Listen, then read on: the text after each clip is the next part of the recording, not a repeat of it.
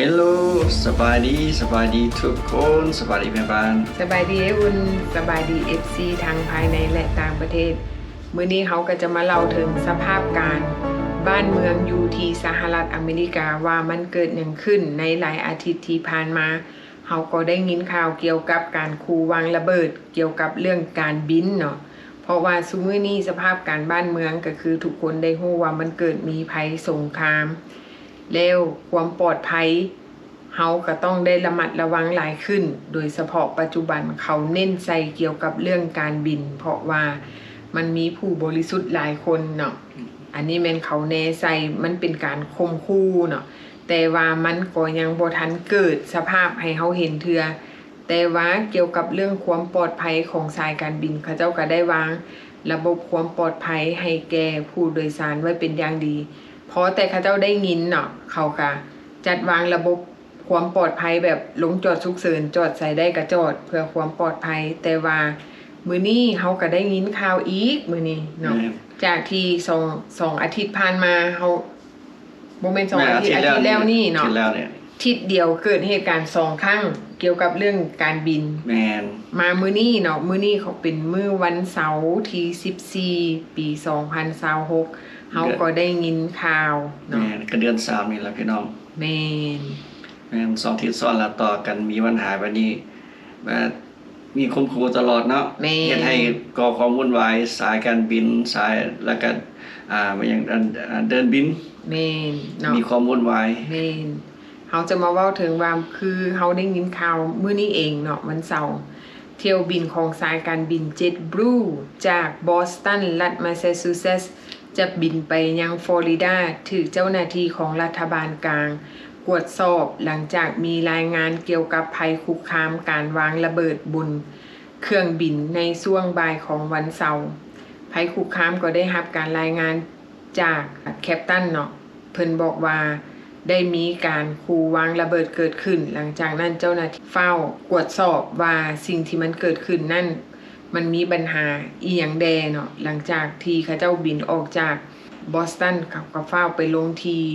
ฟลอริดาหลังจากที่ยนต์จอด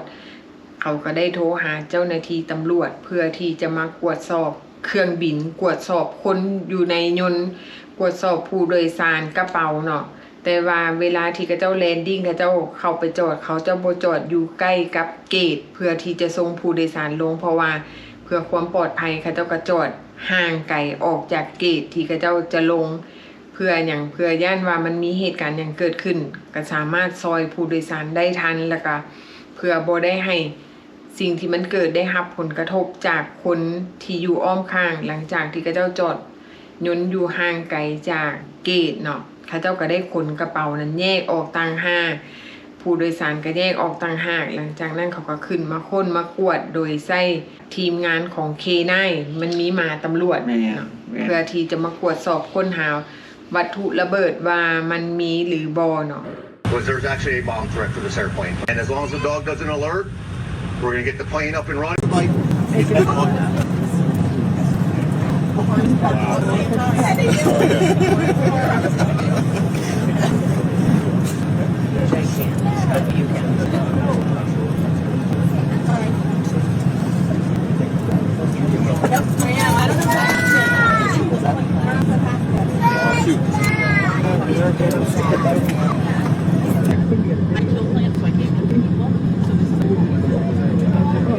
When I talk to her, hey,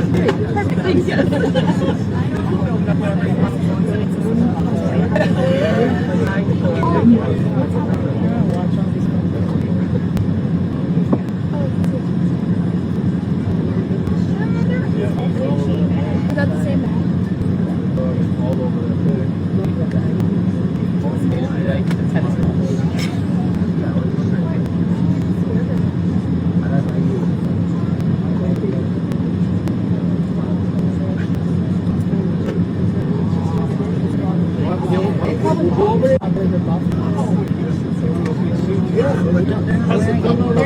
แต่ว่าทุกสิ่งทุกอย่างก็เป็นไปด้วยดีด้วยความปลอดภัยแต่ว่าสายการบินของJetBlueเขาเจ้าก็มีความเป็นห่วงเป็นใยต่อ ผู้โดยสารเขาเจ้าบอกว่าความปลอดภัยของผู้โดยสารนั่นต้องมาก่อนเป็นอันดับหนึ่งเพราะว่าเกี่ยวกับระบบเรื่องการบินถ้าหากว่าแคปตันเขาเจ้าได้รับการรายงานจากทางภาคพื้นว่าโอ้ได้รับการข่มขู่ภัยข่มขู่บ่ว่าจะเป็นเรื่องอย่างก็แล้วแต่เนาะเพราะว่าเพื่อความปลอดภัยของผู้โดยสารของคนบริสุทธิ์จอดใส่เขาก็จอดลงใส่เขาก็ลงเพราะแต่ว่ามีการข่มขู่เขาเจ้าจะบ่ตัดสินใจแบบว่าฟังก่อนหรือว่าคิดเบิ่งก่อนหรือว่าตัดสินใจซ่าเพราะว่าแคปตันนี่อันนี้มันเป็นกฎของเขาเจ้าเนาะพี่น้องอันนี้เป็นกฎของสายการบินถ้าหากว่าเขาเจ้าได้ยินข่าวว่ามีการข่มขู่นี่เขาเจ้าก็จะเฝ้าจอดลงฉุกเฉินเลยเพื่อความปลอดภัยแม้แต่คนพิษกันอยู่เทิงยนต์เขาก็ยังลงจอดฉุกเฉินเนาะเพื่อความปลอดภัยของผู้โดยสารอันนี้มันเป็นการตัดสินใจของแคปตันอันนี้มันเป็นกฎของเขาบางครั้งที่เขาขี่ยนต์ไปเขาเห็นคนเถียงกันตีกันอยู่ยนต์เขาบ่ได้สนเลยครับตั้นน่ะคันมีคนก่อความวุ่นวายอยู่ถึงยนต์เขาก็ลงจอดรถเพื่อความ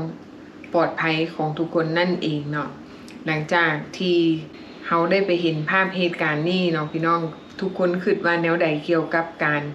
เดินทางในช่วงนี้ว่ามันเกิดอย่างขึ้นแล้วอีกอย่างนึงการเดินทางที่เขาเห็นตาม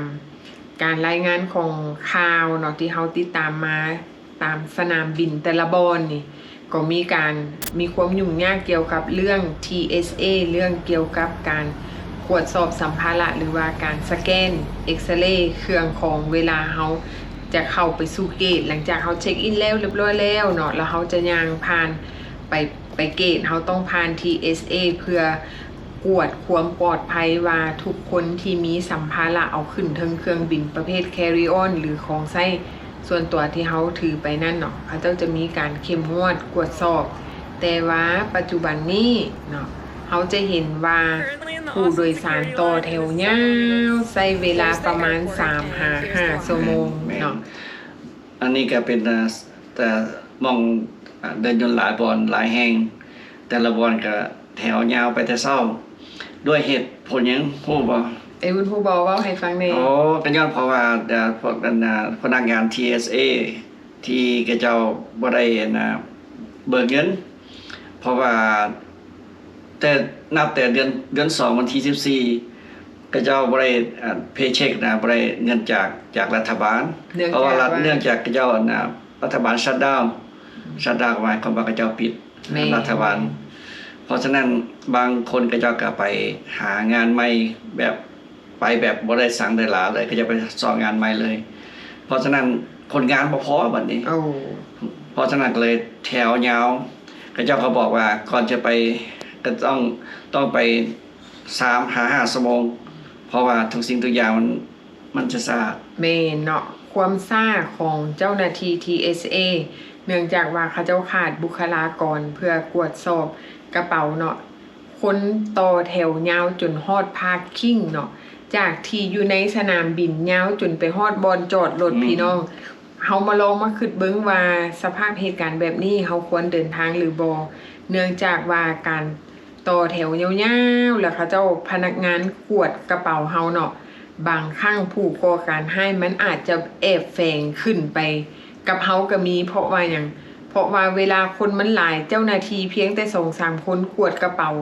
คนตั้งเป็นพันบ่แม่นเป็นร้อยแต่คนตั้งเป็นพันเนาะไปจุดกวดอยู่บอนเดียววันนี้ค่ะเจ้ากวดมันอาจจะมีการผิดพลาดก็ได้เพราะว่าความฟ้าวย่านว่าไฟล์ดีเลย์เนาะเพราะว่าบัดนี้เฮามียนต์อยู่แต่ว่าผู้โดยสารมาบ่ครบยนต์มันก็บ่ออกเนาะเฮ็ดให้ไฟล์มีหลายๆไฟล์มันก็ดีเลย์เนื่องจากที่ว่ามันมาซ่าอยู่บนจุดกวดกระเป๋าบัดนี้คนหน่อยคนบางทีเจ้าหน้าที่เขาเจ้าอาจจะเล็งแบบว่าเฮ็ดเวียกให้มันไวขึ้นฟ้าวกวดเนาะฟ้าวเพราะว่าคนมันหลายแล้วก็ต้องแข่งกับเวลาเนาะเพราะว่าเจ้าหน้าที่ก็ต้องให้มันไวขึ้นเพื่อที่จะให้คนผู้โดยสารนั้นทันยนต์บัดนี้ความไวมันอาจจะผิดพลาดก็เป็นได้เพราะว่าเฮาบ่ฮู้ได้ว่าคนตั้งเป็นพันคน5คนมากวดคนพันคนเนาะบัดนี้ความปลอดภัยมันอยู่ไสเฮาต้องมาถามหาว่าความปลอดภัยอยู่ไสถ้าหากว่าผู้ก่อการให้แอบแฝงไปนำอยู่ใน1 ใน 1,000ว่าซั่นซะในการ กวดเครื่องในการสแกนเครื่องเขาสวยโอกาสยามมันสับสนวุ่นวายแบบนี้แหละเขาอาจจะบ่มีความปลอดภัยในการเดินทางเนาะอันนี้เป็นความตัดสินใจของผู้โดยสารหรือว่าความตัดสินใจของเฮาเองว่าเฮาควรจะเดินทางครั้งนี้หรือบ่ในช่วงระยะนี้ในช่วงระยะที่บ้านเมืองกำลังวุ่นวายสับสนนี่เนาะว่าเป็นแนวใดแต่ถ้าหากว่าผู้ใดต้องมีความจำเป็นได้ไปแบบฉุกเฉินอันนี้ก็ต้องเผื่อเวลาไว้เพื่อว่าเฮาสิได้ไปต่อแถวยาวเนาะเพราะว่าบางแอร์พอร์ตบางแอร์ไลน์แถวยาวตั้งว่า 4-5 ชั่วโมงอันนี้เฮาก็เผื่อไว้เนาะเพื่อความฉุกเฉินก็ว่าแม่นเนาะเฮาบ่ฮู้ว่าอันใดมันสิเกิดขึ้นเนาะและอีกอย่างหนึ่งปัจจุบันนี้เจ้าหน้าที่เขาเจ้าบ่ได้เงินเดือนเขาเจ้าก็จำเป็นต้องลาออกเพื่อหยังเพื่อว่าครอบครัวมันก็ต้องได้อยู่ได้กินเนาะต้องได้เลี้ยงปากเลี้ยงท้องบางคนก็ไปเหตุการณ์โดยที่บ่ได้เงินเดือนตั้ง 3-4 เดือนเนาะอันนี้เขาเจ้าก็ทนบ่ไหวแล้วเขาก็มีเขาเจ้าก็ตั้งกองทุนขึ้นมาเพื่อช่วยเหลือเจ้าหน้าที่พนักงานเขาเจ้าก็ขอความช่วยเหลือบางคนก็โดนี่ช่วยเหลือเจ้าหน้าที่พนักงานบางคนก็ซื้อกิฟต์คอร์ดให้พนักงาน TSA ที่บางคนก็มีน้ำใจเนาะช่วยเหลือพนักงานแม่นเขาเจ้าก็บอกว่าเขาเจ้าเฮ็ดเวียกในสิ่งที่เขาเจ้าฮักเฮ็ดมาหลายปีเขาเจ้าก็บ่อยากลาออกแต่ว่ามันก็จำเป็นบัดนี้เจ้าหน้าที่ TSA ถ้าหากว่าเขาเจ้าเปิดรับสมัครเอาคนใหม่เข้ามาบ่แม่นว่ารับสมัครเข้ามาปึ๊บเขาเจ้าจะไปเฮ็ดเวียกได้โลดเขาเจ้าต้องได้ไปผ่านการฝึกอบรมใช้เวลาระหว่าง5 เดือน6 เดือนเพื่อที่เขาเจ้าจะมาลงปฏิบัติเวียกตัวจริงเขาเจ้าต้องได้ไปผ่านการฝึกอบรมแล้วก็สอบเสียงเนาะเพื่อให้มันผ่านที่เขาเจ้าจะเข้ามาเฮ็ดเวียกณจุดนี้ได้บัดนี้สภาพมันเป็นเดี๋ยวนี้คนก็ลาออกไปบัดรับเอาคนใหม่เข้ามาปึ๊บมันก็ต้องได้ใช้เวลาเพื่อที่จะเอามาเฮ็ดเวียกแทนได้อันนี้มันก็เป็นข้อยุ่งยากอันนี้มันก็เป็นอีกปัญหาหนึ่งอยู่ที่สหรัฐอเมริกาเนาะอันนี้ก็เป็นความวุ่นวายที่เฮาเห็นเกี่ยวกับทางด้านรัฐบาลแดผู้โดยสารแดสงครามแดมันก็เลยมาประจวบเข้ามาวุ่นวายนำกันเนาะเพราะฉะนั้นแหละทุกคนก็ต้องคิดเอาว่าเฮาควรเดินทางหรือบ่แม่นส่วนหลายอาจจะเลือกทางขับรถแบบนี้แม่นกันหลายชั่วโมงก็ไปบ่ได้ละแม่นเนาะบางคนจำเป็นก็ต้องได้ขี่รถแม่นก็ยังดีว่าอยู่ในภายในประเทศนี่50รัฐก็ยังพอขี่รถไปหากันได้บัดนี้บางคนคือสมมุติว่าคือเฮานี่มี emergency เฮาต้องได้เดินทางจังซี่มันก็จำเป็นเนาะแม่นเกี่ยวกับเรื่องว่าคำว่าฉุกเฉินเกี่ยวกับเรื่องคอขาดบาดตายหรือว่าสมาชิกภายในครอบครัวหรือว่ามีการสูญเสียอันนี้มันก็เฮาก็ต้องได้มาพิจารณาคืนใหม่ว่าหากว่ามันจำเป็นแท้ๆเฮาก็ต้องได้ไปแม่นขอให้ทุกคนก็ขอให้มันวิดช่วงนี้ไปซะก่อนซะแม่นแล้วอีกอย่างหนึ่งก็มีพี่น้องลาวเฮาจำนวนหนึ่งยังตกค้างอยู่ที่ประเทศลาวยังมีหลายแม่นยังมีจำนวนหนึ่งที่ยังค้างเพราะว่าสายการบินสนามบินอยู่โดฮาเนาะก็ได้มีการปิดเนาะเพราะว่ามันก็มีบางไฟล์ที่เขาเจ้าเปิดแต่ว่ามันก็ยังแบบว่าปิดเปิดโดยที่มันมีความเสี่ยงบางคนที่เมื่อเที่ยวประเทศลาวคันผู้ใดอยู่ในวัยเกษียณหรือว่ากินเงิน retirement กินเงินเกษียณแล้วก็อยู่ต่อซะบ่เฝ้ามาเทื่อเนาะแต่ถ้าหากว่าคนใดที่ยังมีการมีเวียกอันนี้ก็จำเป็นต้องได้สละซื้อปียนต์ใหม่ถ้าหากว่าอยากกลับมาเพื่อความปลอดภัยของตัวเองเนาะบางทีเฮาซื้อแมนยูเฮาซื้อสายการบินคือว่าเฮาไปผ่านแถวเฮาซื้อกาตาร์แอร์เวย์เนาะมันไปผ่านโดฮาเพราะว่าสนามบินเขาเจ้าปิดเปิดเฮาบ่ฮู้บางเทื่อเขาแจ้งว่าโอ้มันเปิดแล้วไปได้บัดเฮาไปแล้วเฮาไปค้างอยู่หั่นเขาปิดจังซี่อันนั้นแฮงไปใส่บ่ได้เลยเนาะคันเฮาฮู้ก่อนล่วงหน้าว่าเขาปิดเฮายังพอเปลี่ยนใจได้ว่าถ้าหากว่าเฮายังอยู่เมืองลาวหรือว่าเฮายังไปค้างอยู่ประเทศไทยเฮายังทิ่มปียนต์และซื้อใหม่กับสายการบินใหม่เฮาอาจจะบินมาทางสายการบินจีนเนาะใช่ EVA เกาหลีหรือว่าสายการบินเวียดเนาะถ้าเป็นสำหรับเฮาเด้ออาจจะเปลี่ยนทา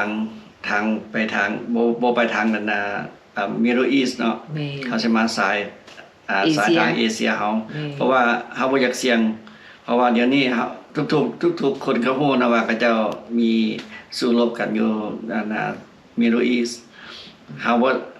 สำหรับเฮาบ่ไปทางนั้นเฮาสิซื้อปียนต์ไปทางใหม่แม่นเนาะอันนี้จำเป็นเฮาต้องได้กลับมาอเมริกาเพราะว่าเฮาต้องได้มาเหตุการณ์แม่จ่ายค่าบ้านค่าเรือนแม่การหยุดลาพักงานเนาะเพื่อเฮาจะไปพักผ่อนเพื่อเฮาจะไปเวเคชั่นนายบ่ได้เข้าใจเฮาได้สมมุติว่าเฮาขอพัก4อาทิตย์เฮาไปแล้วเฮาไปเจอเหตุการณ์เนาะแล้วเฮาสิโทรมาบอกเขาว่าโอ้ตอนนี้มันเจอเหตุการณ์แบบนี้ค่อยขอเลื่อนมือได้บ่เขาอาจจะเข้าใจในสภาพแต่เขาบ่เข้าใจเฮาว่ามันพบความยุ่งยากว่าเฮาต้องต่อไฟหลายบอนได้ทิ่มปียนต์ซื้อปียนต์ใหม่อันนี้มันเป็นความรับผิดชอบของตัวเฮาเองก็แม่นอยู่ว่ามันเป็นสถานการณ์ซึ่งหน้าโดยที่เฮาบ่สามารถคาดเดาได้แต่ว่าเฮาก็สามารถเลือกทางอื่นได้เนาะเฮาก็ยอมทิ่มเงินแม่นยอมทิ่มเงิน 2-3,000 ดีกว่าเฮาสิมาทิ่มอนาคตเฮาเดี๋ยวว่าทิ่ม แนวโชคให้เนาะถ้าสมมุติเฮามาทางหรือเฮาสิเสี่ยงชีวิตเฮาเนาะเฮาขอไปทางอื่นดีกว่าแม่นอันนี้ก็พิจารณาเอาก็ขอให้ทุกคนเดินทางด้วยความปลอดภัยเนาะพี่น้องถ้าหากว่ามีข่าวอย่างใหม่ๆมาอัปเดตเฮาก็จะมาเล่าให้ทุกคนฟังเนาะพบกันใหม่คลิปหน้าเด้อบ๊ายบาย